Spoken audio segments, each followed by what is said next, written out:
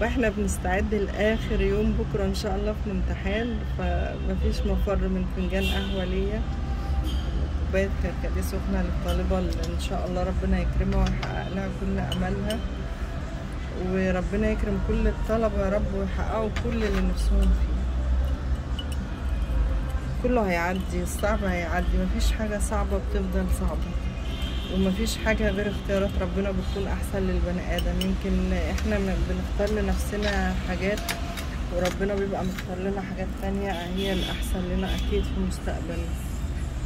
إن شاء الله ربنا يحقق لكم كلكم أملكم ويكرم كل أسرة تعبت مع أولادها. احنا تعبنا كتير السنة دي، الطلبة تعبوا أكيد كتير، سهر ومذاكرة ودروس وخروج في الحر وخروج في البرد وكل حاجة، بس الأهالي تعبوا، الأهالي كانوا بيسهروا والأهالي كانوا بيصرفوا مصاريف كتير، فربنا يعوض على الأهالي ويفرحهم بولادهم، لأن كل اللي احنا طالبينه من ربنا إن احنا نفرح بيهم وهم فرحانين ومحققين كل ما يتمنوا يا رب.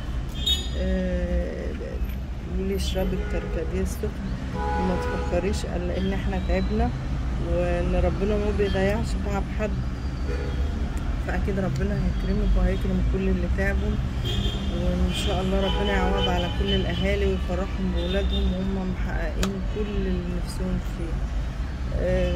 الجو حر جدا يا جماعه، بس احنا مشغلين مروحه فوقنا، بس حبينا نخرج من جو اللي جوه، سيبنا التكييف وجينا قعدنا في الحر. الحقيقه لا، الحر احسن، بس ناخد نفسنا ونقول يا رب ان شاء الله بكره يوم جميل، يوم سعيد، يوم سهل، يوم هيبقى اخر يوم لنا ان شاء الله. بعد كده نبدا حياتنا الجامعيه واحنا محققين كل اللي نفسنا فيه باذن الله، وتبقى الحياه العمليه احسن. انا بوجه لها كلامي، بوجهه لكل اللي زيها. هي دلوقتي انا شايفه ابتسامتها بعد ما كان في شويه قلق. احنا مش قلقانين لان احنا تعبنا وربنا عارف ان احنا تعبنا، مش هيضيع لنا تعبنا، وعارفين كمان ان اللي ربنا هيديهولنا هو الاحسن لنا.